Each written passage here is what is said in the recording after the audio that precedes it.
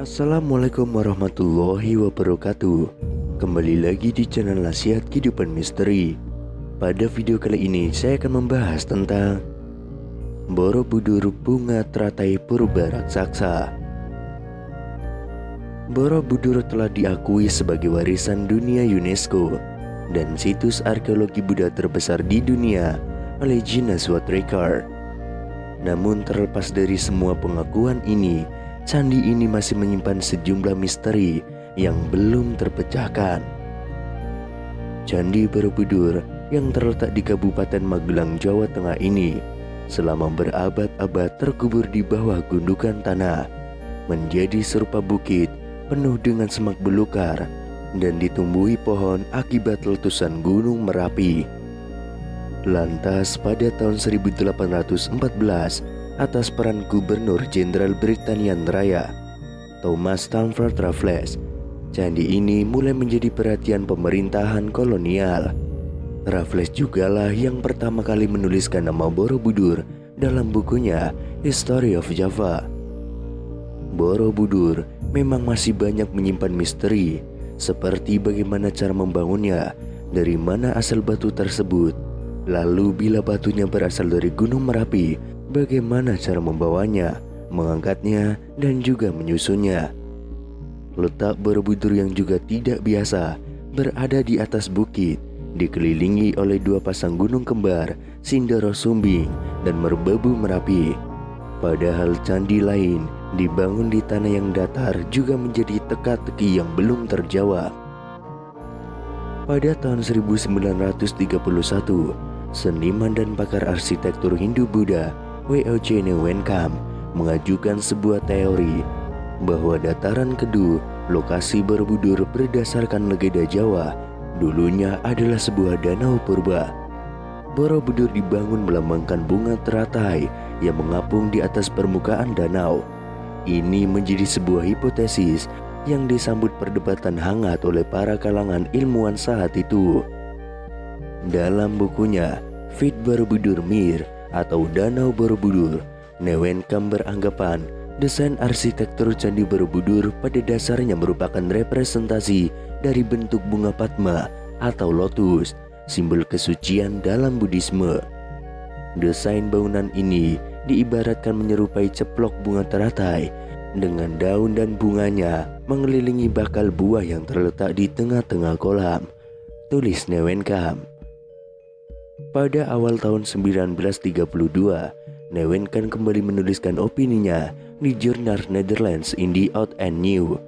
Dia mengatakan bahwa bangunan raksasa itu didirikan untuk melukiskan bunga teratai sebagai penghormatan atas Buddha Maitreya.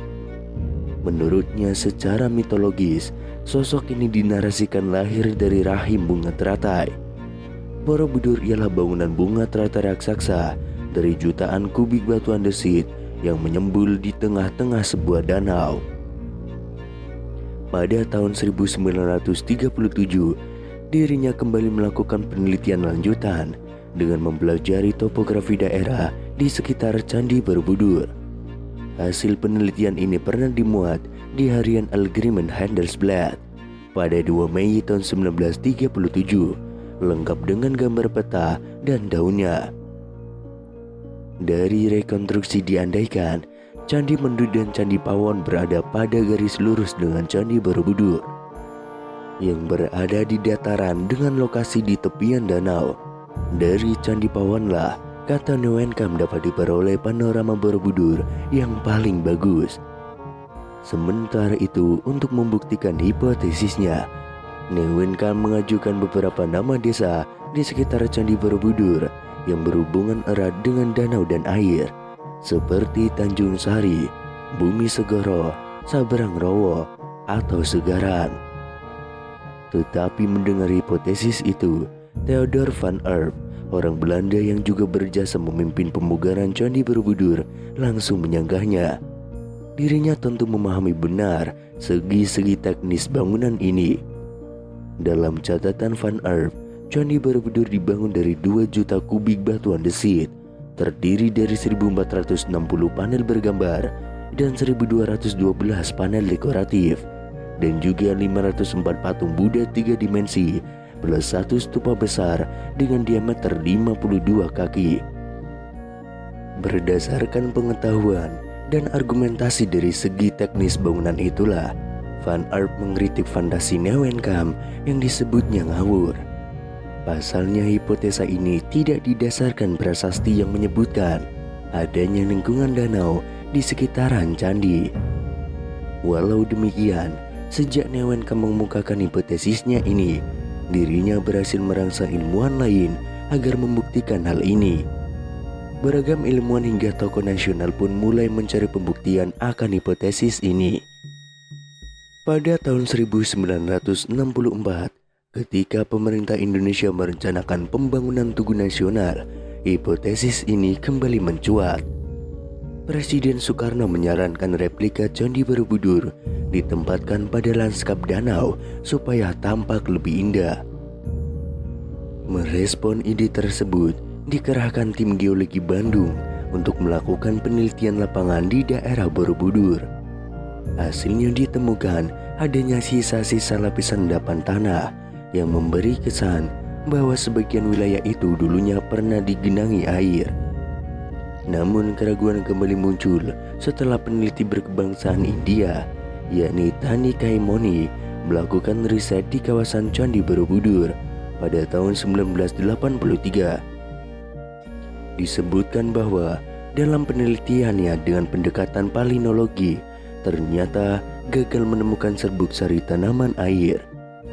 Dalam bukunya Palynological Investigation on the Borobudur Monument, dirinya menyimpulkan bahwa tidak ditemukan sedikit pun polen sebagai indikasi adanya tumbuhan-tumbuhan rawa atau tanaman air. Maka bisa disimpulkan bahwa tidak ada lingkungan danau di kawasan sekitar bangunan teratai raksasa tersebut, tulisnya. Tetapi pada tahun 1986, wacana danau di sekitar Candi Borobudur kembali mengemuka setelah adanya riset dari J.J. Nosin dan Cesar Vote. Mereka menggunakan analisis geoformologi berdasarkan interpretasi foto udara plus observasi lapangan. Dari hasil penelitian ini, mereka menyimpulkan bahwa dataran di sekitar Borobudur memang pernah menjadi lingkungan danau, tetapi bukan pada masa dinasti Sailendra, namun jauh saat bumi masih zaman kuater, yakni 600.000 tahun yang lalu. Riset ilmiah tidak berhenti di situ. Geolog asal Indonesia, Helmi Murwanto, memiliki bukti dan hipotesis lain. Dengan pendekatan geologi, dirinya justru menemukan endapan batu lempung yang mengandung serbuk sari tanaman komunitas rawa.